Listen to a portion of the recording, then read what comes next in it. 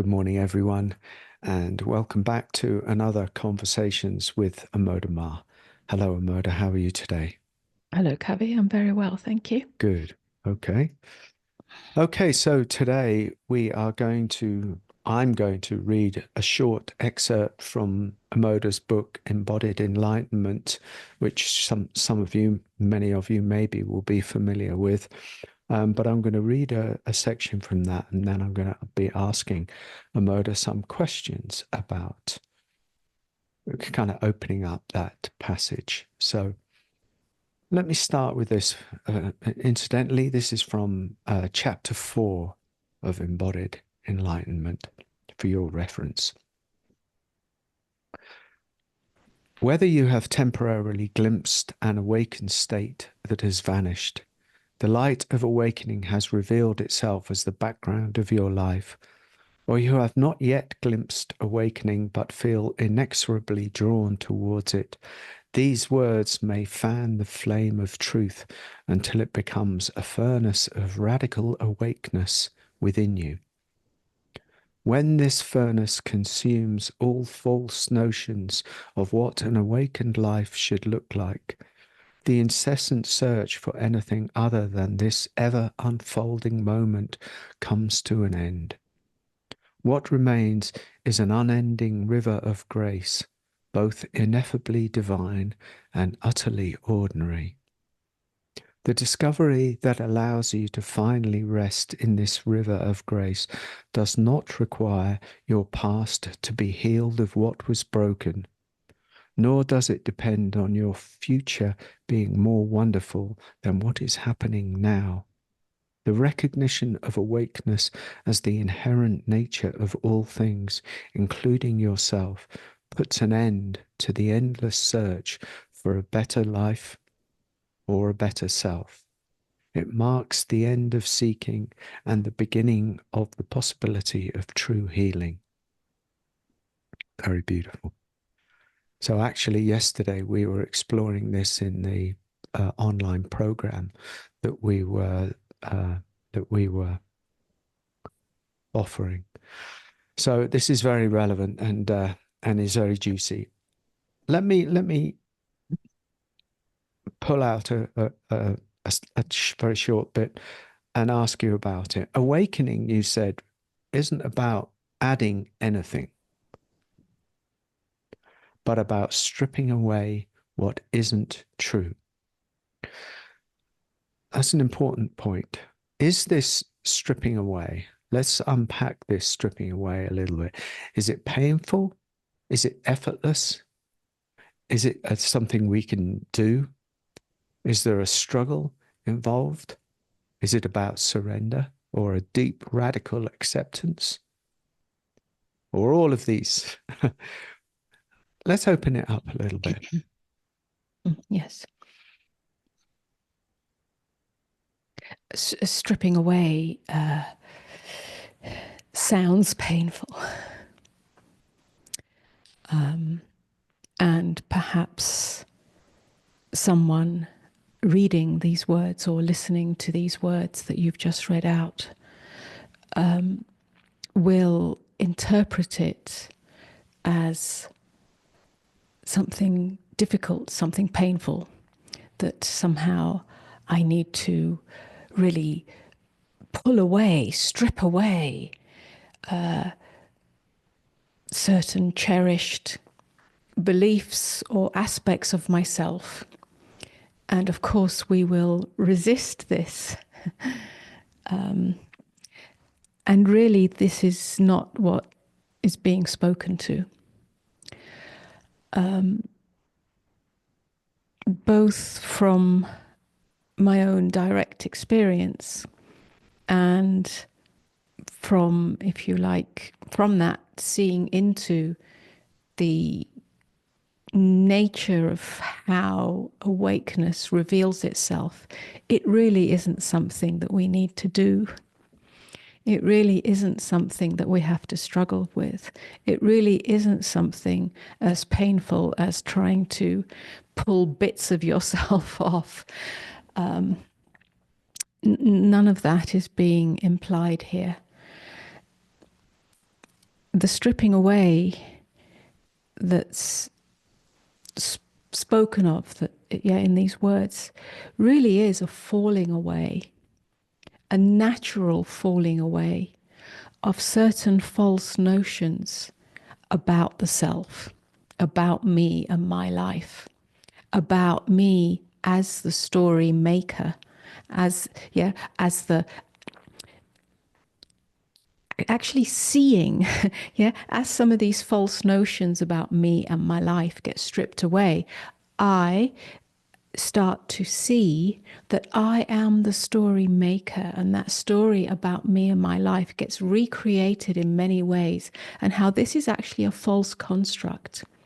Really, it's a stripping away of the veils of illusion or the veils of perception. This happened to me and I'm a victim of that. I'm helpless.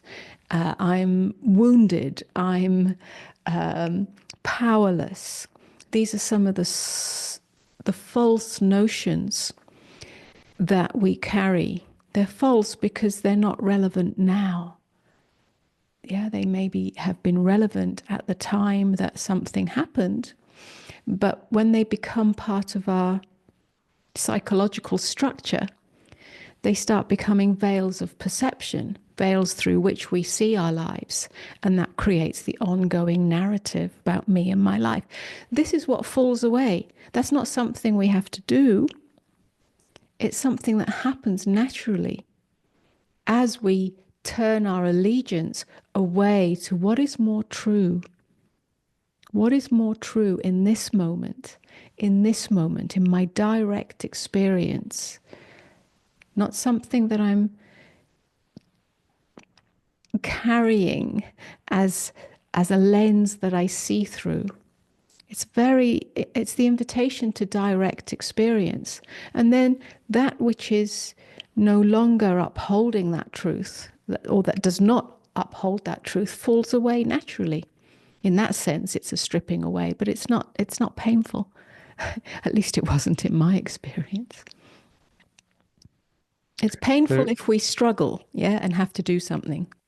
There seems to be a certain, sometimes, I know I've pointed to this, I don't want to go down this road particularly, but there does seem to be sometimes all of these elements involved in it because the investment of the self in the self was so great for so many years that, the falling away can bring some grief or some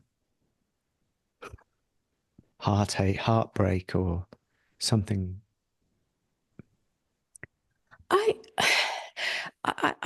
have to counter that with, I don't think that's the case. If it falls away prematurely, which is not a true falling away, it's some kind of attempt by the self to get rid of something, then there can be heartbreak. But when it falls away naturally, that which is revealed is who you really are.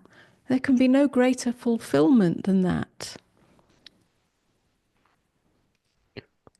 Why do people struggle so much? Because if what you're saying is simply true and it just comes down to seeing clearly, because in a way that's kind of what you're talking about, is it?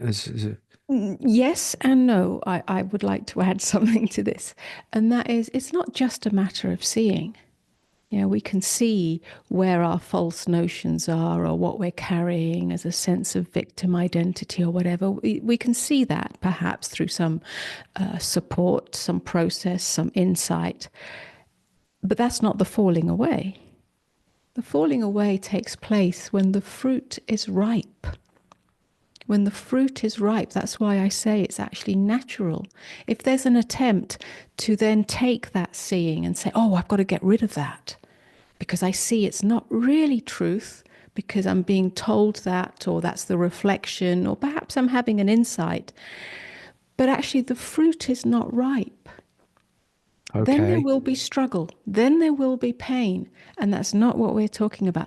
And there's so many people now on the journey of awakening that they hear these words and they're invited into this.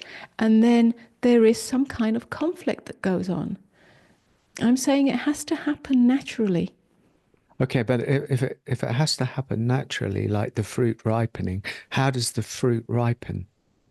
By being in inquiry over and over again, by being in dialogue over and over again, by being in the insight with oneself as how these patterns perhaps or how struggle and resistance to what is actually an impediment to the wholeness of your own being. And that's a very individual journey. Yes. It takes time. And then it falls away. No understanding will make it happen. No, no psychology will make it happen.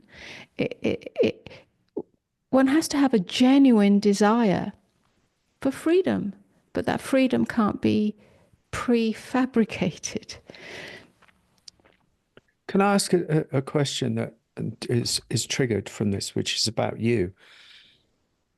The Amoda that you refer to, uh, let's say prior to awakening or prior to transformation or during the journey prior to awakening, and you did have a journey of transformation, let's say, where things were happening to you, where veils were being stripped away, where the subtle energy body, I use that term loosely, um, was being shaken up, where the false identity of who you were was actually coming undone in certain ways. You did do some cathartic processes. You did engage in some of the dynamic meditations that did a lot of things to you. So that false, let's call it false. I don't really like that, but the false you that existed prior to awakening was kind of shaken up. Now, that process itself, it was not always necessarily easy. Is that true? Yes, it is true. It is true. But, and we can speak about that. That's the process of transformation.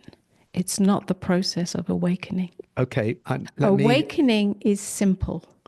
Yes. Awakening happens Okay. by itself, and that's what I'm referring to. The Okay. journey leading up to that is a very personal journey of transformation that involves, and if we're looking at pain, if you like, or challenge, the first time it happened was when I was 28 and my academic Saturn career. return, yeah. Saturn return. I was not on a spiritual path. I had no particular insight. A little bit. I was into psychology and astrology, but I didn't have much insight. I was not mature enough yet.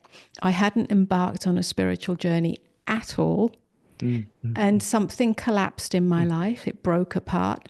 And at the time, it seemed to be external, to do with my life, what I was doing, my career path, relationship, all sorts of things. But actually, it was an undoing of an identity that was attached to being somebody through the academic arena. So yes, you could call that a radical stripping away, but that's not awakening.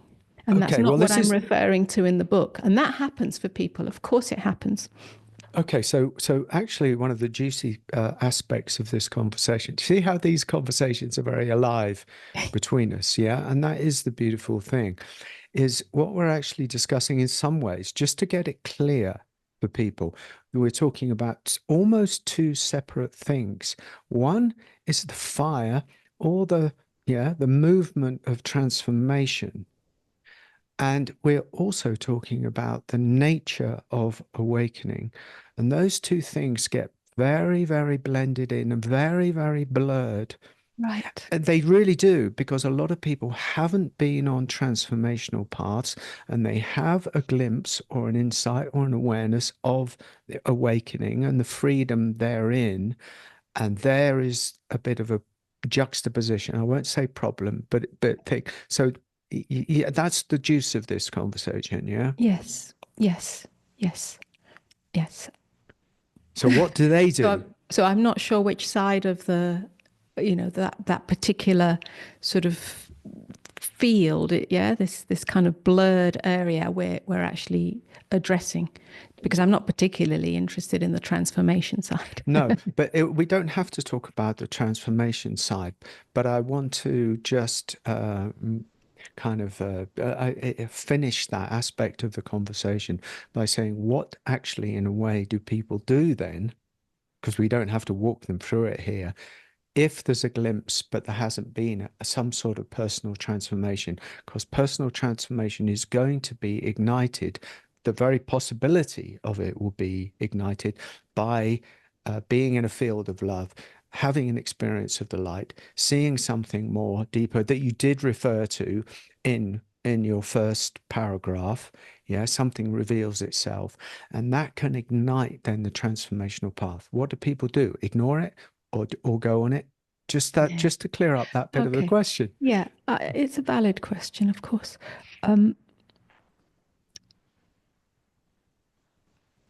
Ultimately, wherever one is on the journey,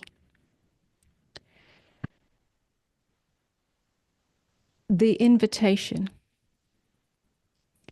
is to be with what is,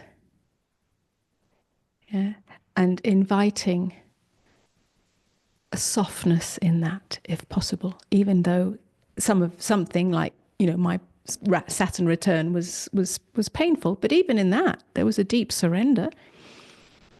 That's what it was about. It was a surrender to what is, which in my case was a real stripping away of the material world, yeah, the external world in all ways, apart from my health.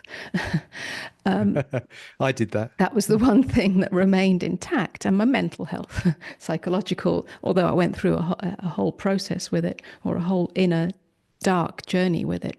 But I just have to also put it into context. Most people,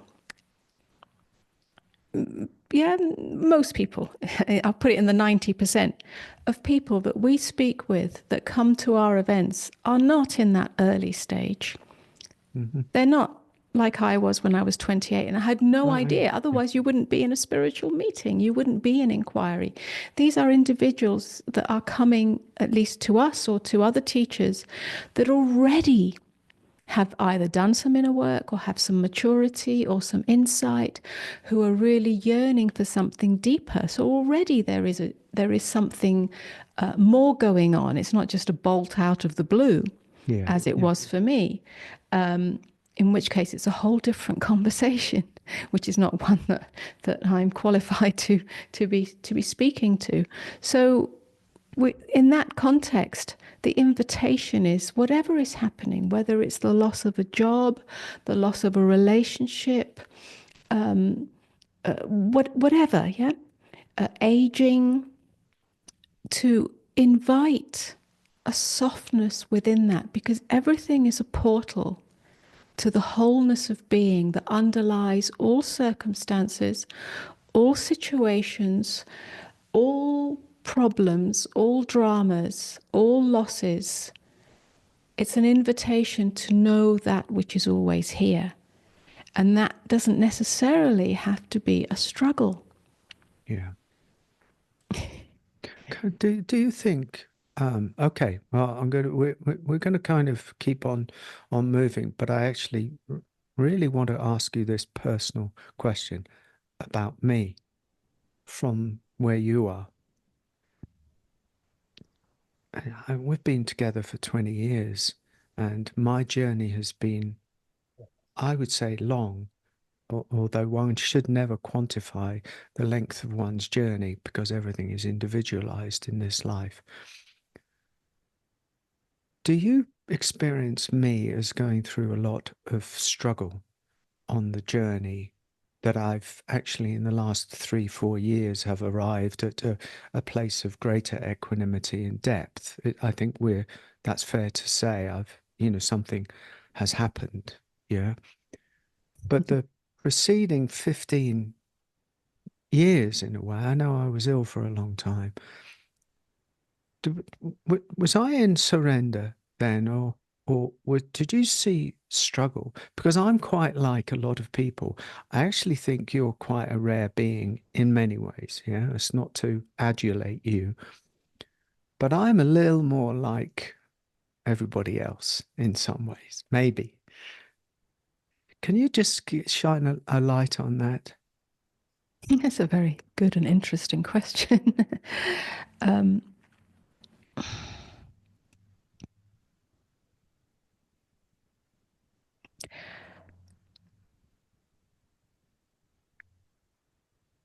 from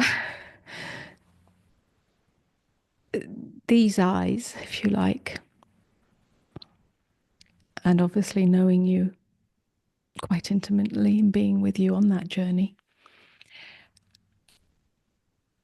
whilst it has been in some ways relatively slow, gradual,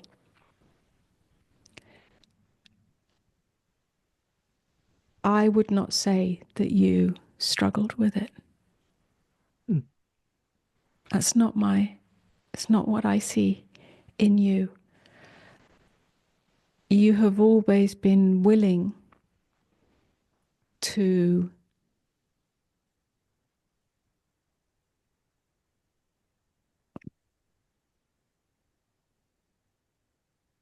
to to to to turn towards what is true. And whilst there have been some, I wouldn't say they were very big. Some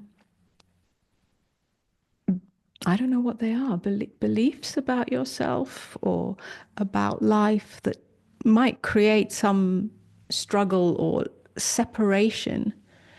I don't think they were huge.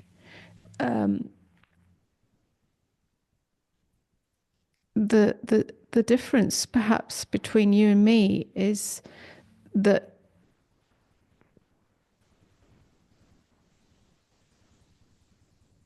I have in many ways been totally dedicated or devoted or only interested in the nature of consciousness, and then in liberation of this being, and your journey hasn't been totally devoted to that. So I would say that has been slower, but truth, I think truth and presence have been fundamental, even though you might not have, sort of conceptually put that at the forefront in your beingness. I think truth has always prevailed. Yeah, in relationship, in the interaction with the world, in the interaction with your life, and that has finally sort of come more and more to the foreground.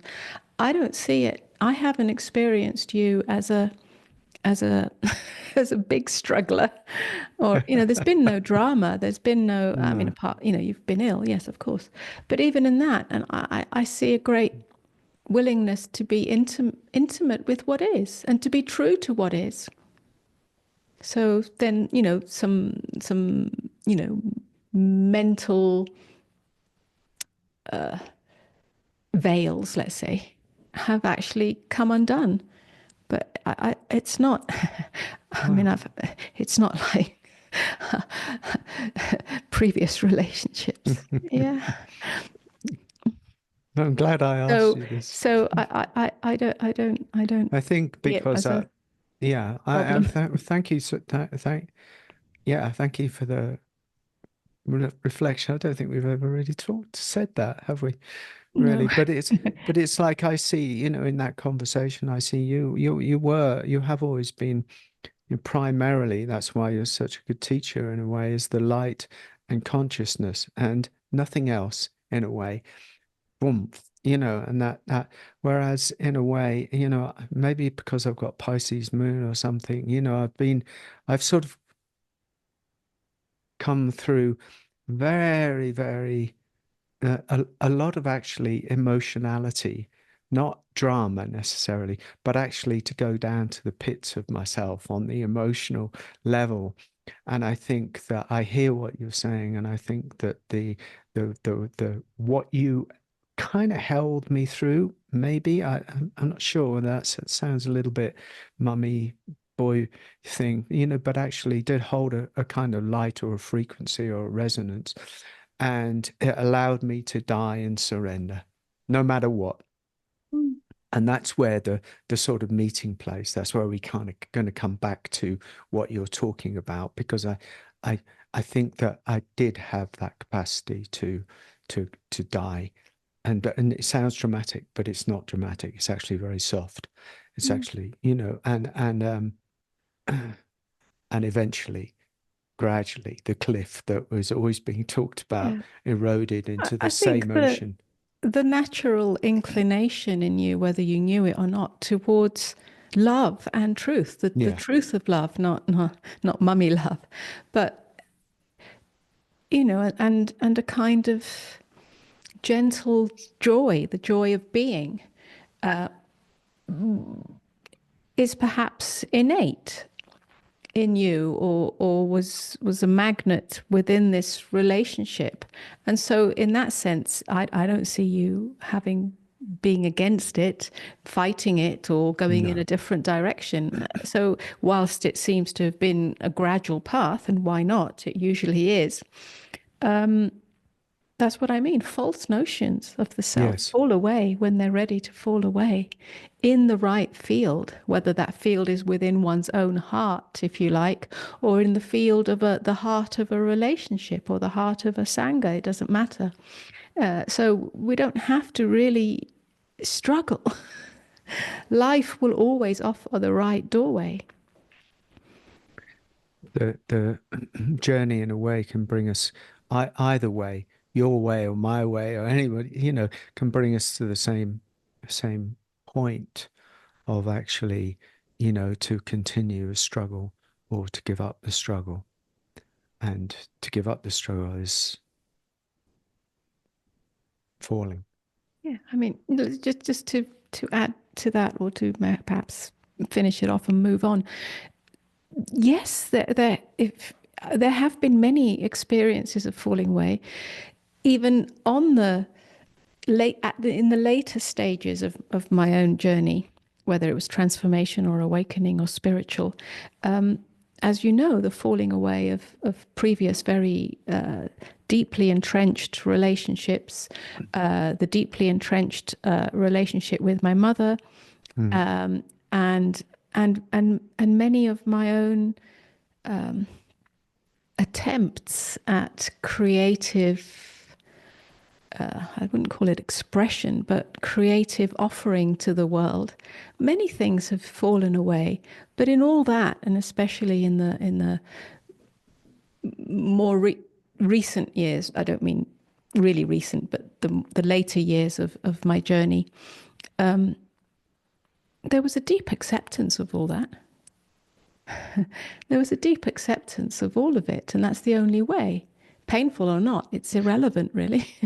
Do you mean that when the iteration of Amoda, who was doing the transformational work in London, when we realized that that was finished, even though it was so beautiful and powerful, that it was finished, and I was on my journey of illness, and actually we went into an extraordinary, almost limboic, what seemed fallow but wasn't fallow place for really, I mean, people don't know that for years we 12 were years, I think. in nothing for 12 years. So Many it's things got stripped away, but it was like we we lived very simply.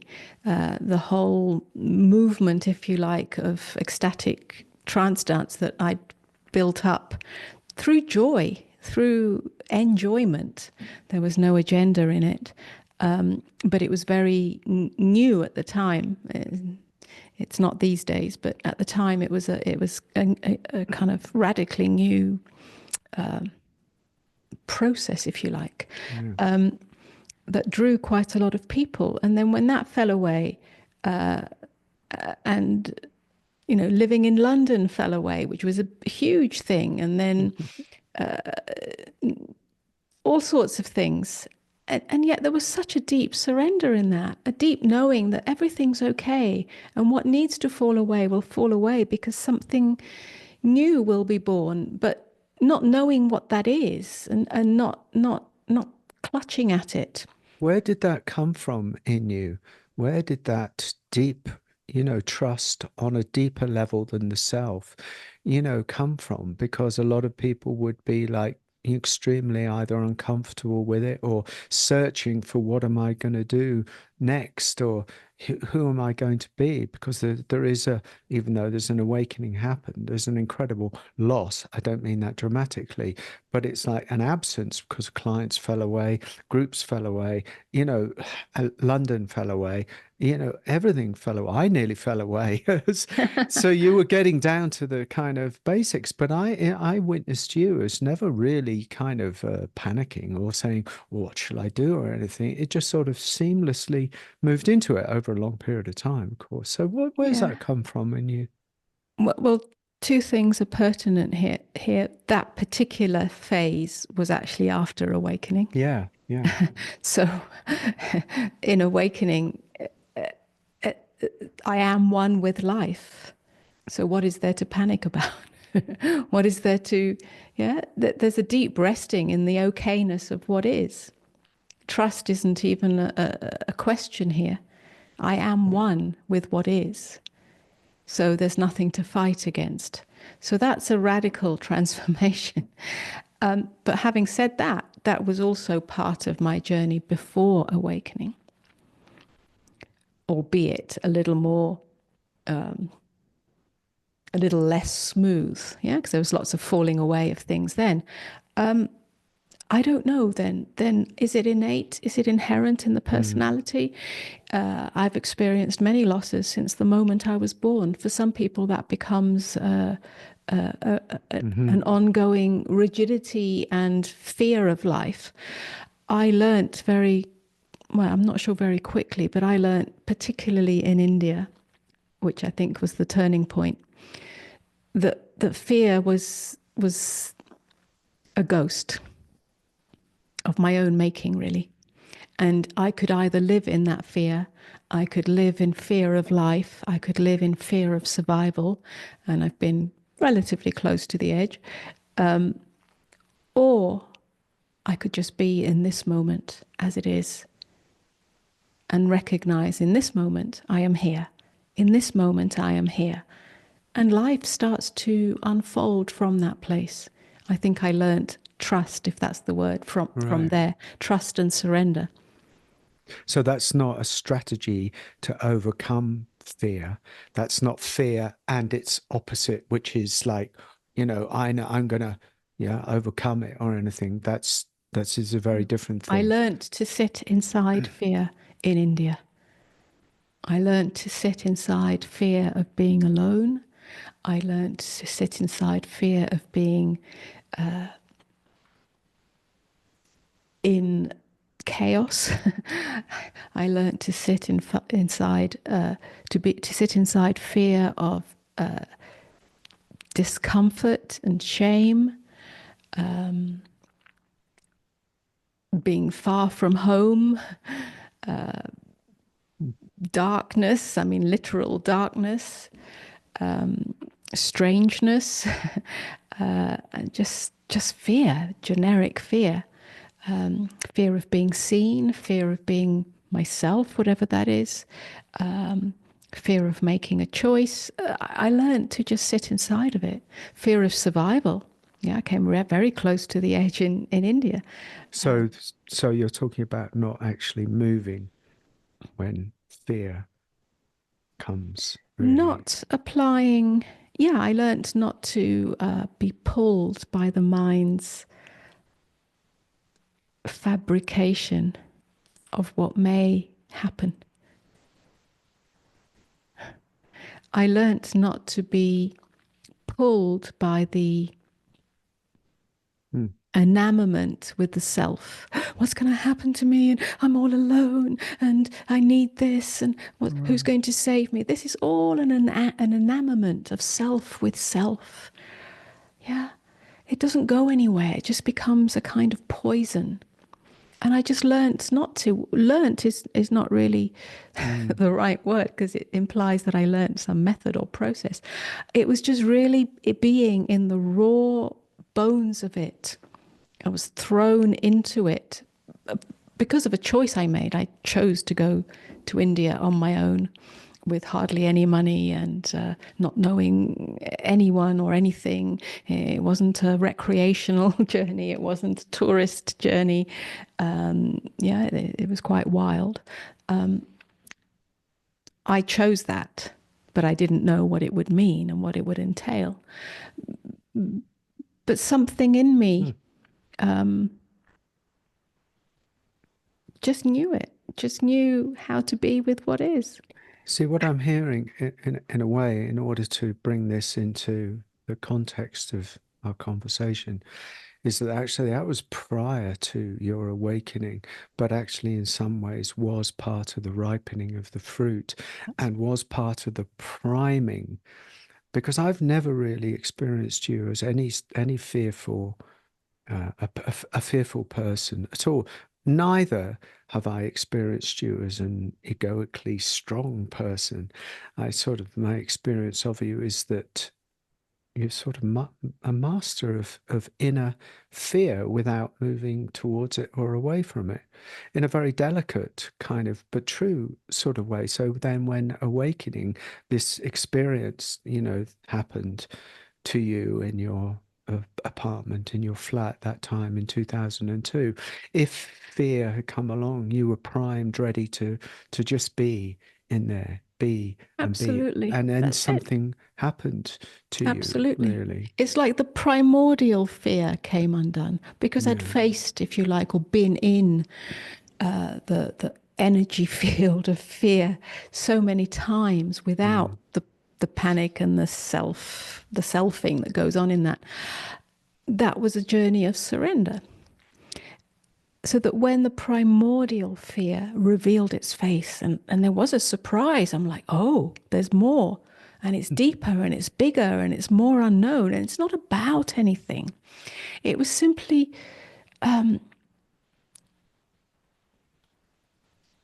well, it started off as fear of aloneness, real aloneness, abandonment from God. It's a primordial void. Yeah. When that revealed itself,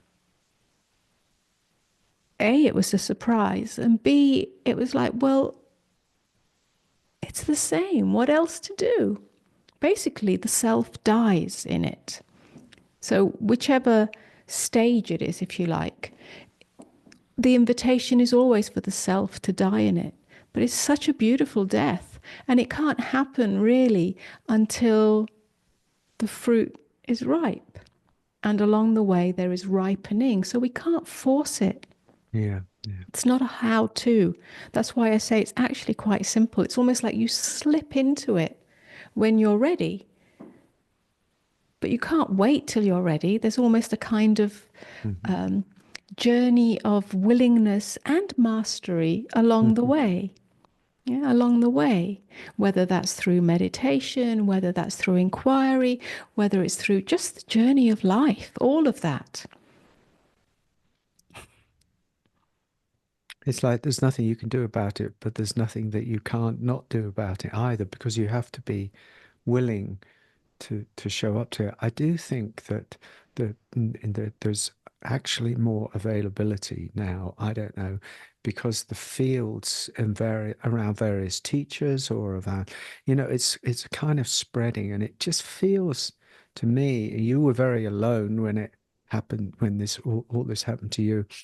And I know that the field of love energy or field of awakening energy just wasn't as palpable as it is now. And I think some of these, very deep conversations that happen, not just here, but yeah, other places as well, do provide a deeper awareness of it, not understanding. That's where it can get a little bit dangerous, but actually can't it? So that it kind of Absolutely. decomplicates it. And that just, I do, I want to segue and just kind of finish up if we've got 10 more minutes or so of just to come back to this simplicity, if you like, that you're talking of, because and we had this question. People have many, there are a lot of false ideas, a lot of common misconceptions about awakening, and we deal with that all the time in this work and stuff. But can we fit what was being talking about into this and to bring it back to the kind of, well, really some of the simplicity that you're talking about? Because simplicity doesn't mean that nothing happens. Simplicity just means there's a, and you said it was soft. You said there was something like just a breath in it or something. Or the ripeness is available. It doesn't, you don't have to go through 20 years of hard work to get to the ripeness. The ripeness actually, it's an ironic thing, is actually here now, right? So let's just speak about that a little bit if you can.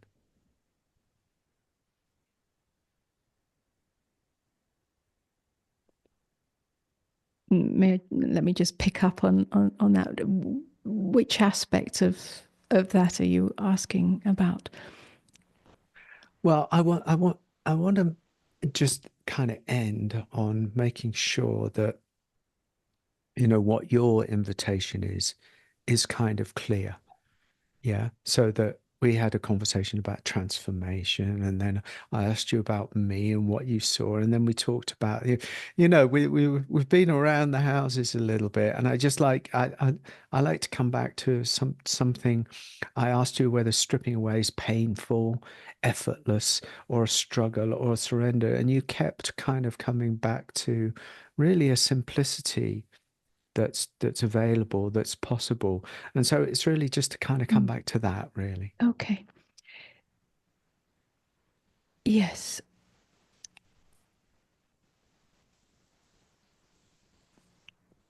Probably one of the most clear and direct invitations for each individual, wherever you are, whatever your circumstance, whatever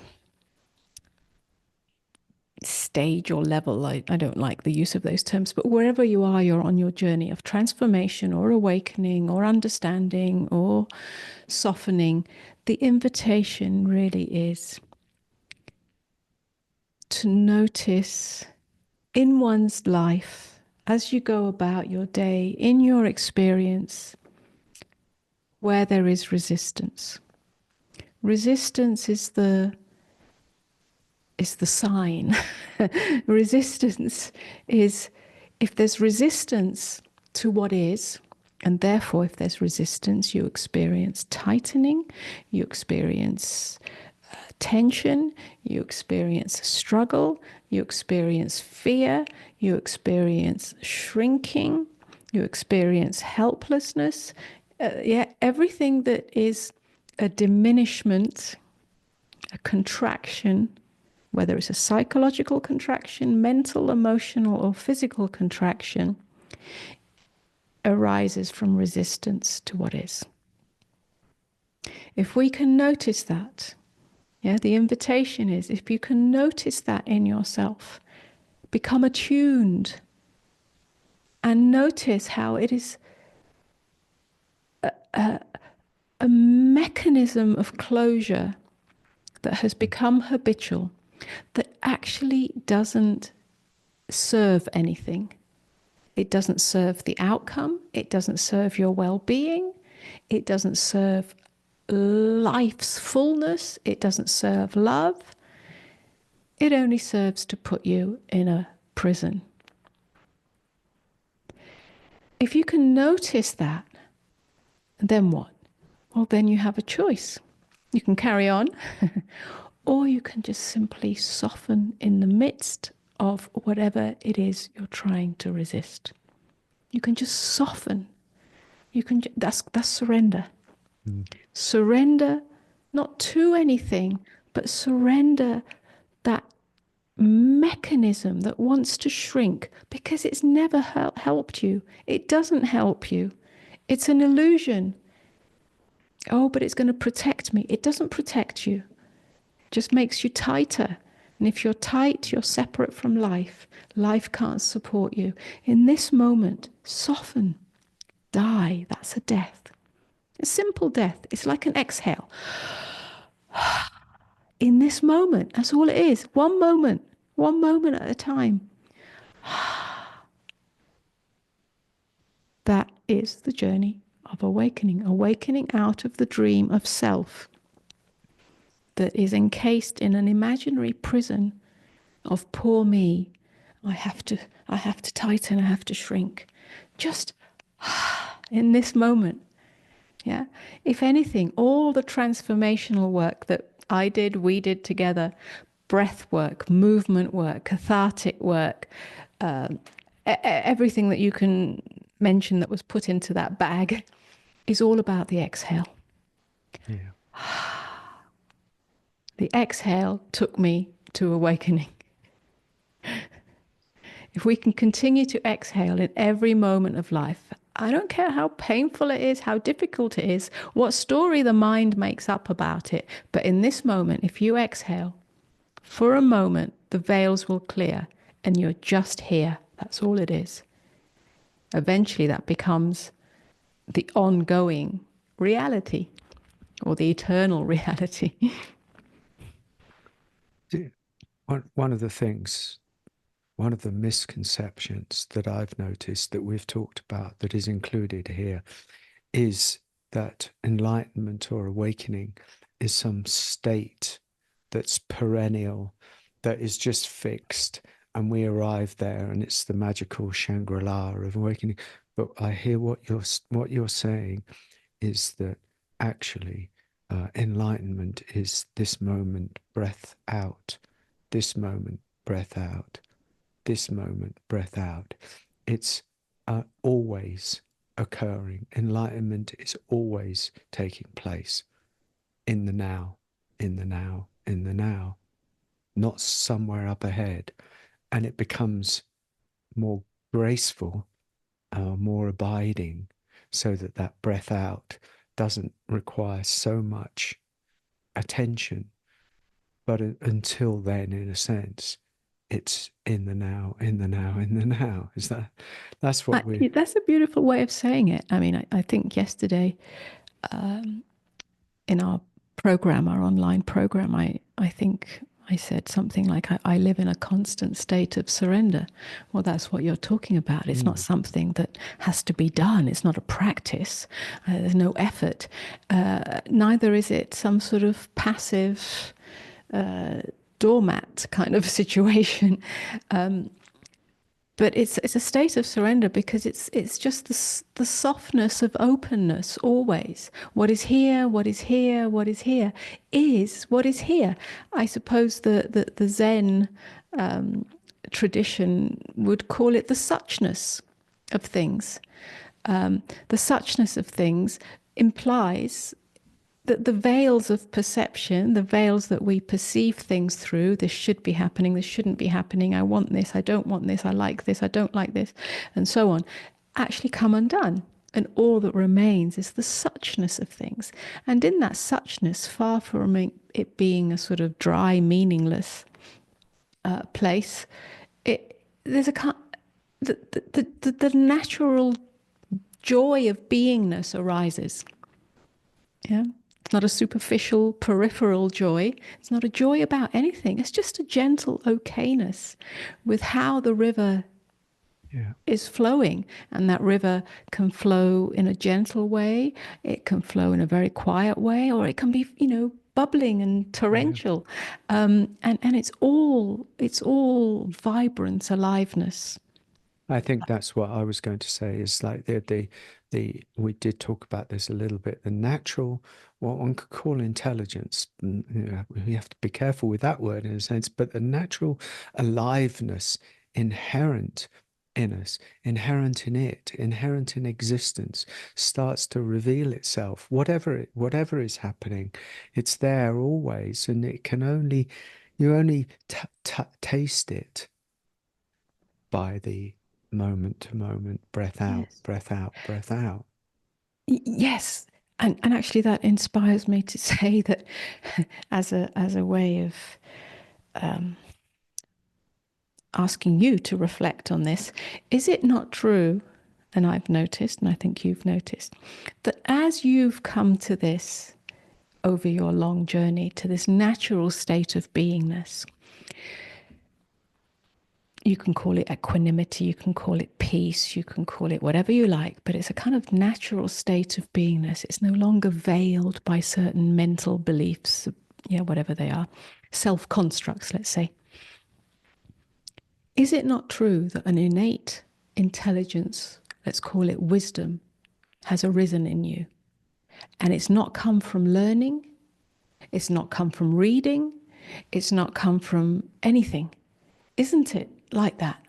And isn't that actually what has taken place in me too?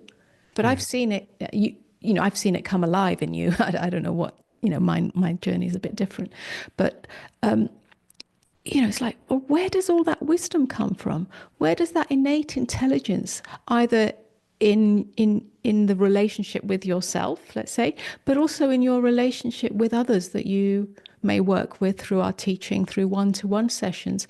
It's like, wow, where has that come from? Yeah. That's what happens. In awakeness, we don't come to some super elevated, super special state, but an innate wisdom reveals itself. And that wisdom is really the same for all that know awakeness. Yeah, it may have slightly different expressions and so on, but it's the same wisdom. Where does that come from? I do Isn't that not know. amazing? It's like the I do not beingness. know. Beingness itself is innate, is inherent. Wisdom It's is inherent in that. it's like when the self kind of falls away, another door opens, and inside that door is the land of wisdom, and it doesn't belong to anybody, and nobody can own it, and it's just kind of there. That's why I say natural intelligence, but that doesn't really even describe it. And there it is. It's sort of, isn't it? It just sort of bubbles up. It's as if It's there's a kind of, self-evident. quantum field of natural intelligence that informs all life, that creates life in all its manifestations, always has done, always will. And somehow we're one with that when the veils of self come undone. Isn't that beautiful? That's the divine, not to elevate it. I don't know. That's a great, great But conversation to that's have, why in what you read out, the passage you read out earlier, I think there was something along the lines of the river of grace reveals Yes. itself as ineffably divine and utterly ordinary. And that's what we're speaking of. This is ineffably divine because we're one with that divine intelligence, if you want to call it that, innate intelligence that is beyond the self. And yet it is utterly ordinary because it's only known through the suchness of things. If we have any kind of veils of it being a superconscious state or a omniscient state or a superpower state, then those are veils that also cloud it. And also if you or I or someone were to take ownership of it, that I have arrived at wisdom and this is what you can feel it, can't you? It's sort of puffed up almost or something. It disappears Oh yes, and it there's no becomes position yours. taking. Yes, there's no Yes. position taking in this. I mean, there can be, yeah, and we see examples of that. But no position taking, no ownership. It doesn't belong to us. How beautiful. Okay, this is I think this is a wrap, as they say in I don't know where, but let me just I'll read that final paragraph out and then I think we'll finish up. So what you said, the discovery that allows you to finally rest in this river of grace does not require your past to be healed of what was broken, nor does it depend on your future being more wonderful than what is happening now. The recognition of awakeness as the inherent nature of all things, including yourself, puts an end to the endless search for a better self or a better life. It marks the end of seeking and the beginning of the possibility of true healing.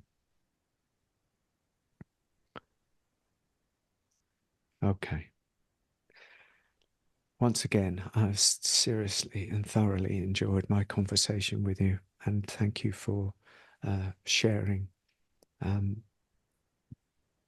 Any final words for us? Once again, I think we've said enough for now. Yeah, I think we've talked a bit about it. So, as much as one can talk about such things, we've enjoyed each other's company. Thank you so much, everybody, for listening and watching. We'll be back again as soon as we can possibly be. Until then, may you be well. May you remember the breath out and the simple gentleness of being, to be soft with one's experience. What greater equanimity, love, presence, and grace is there than that? Take care, and we'll see you soon. Be well. Thank you so much, Amoda. Namaste, everyone. Namaste. Namaste.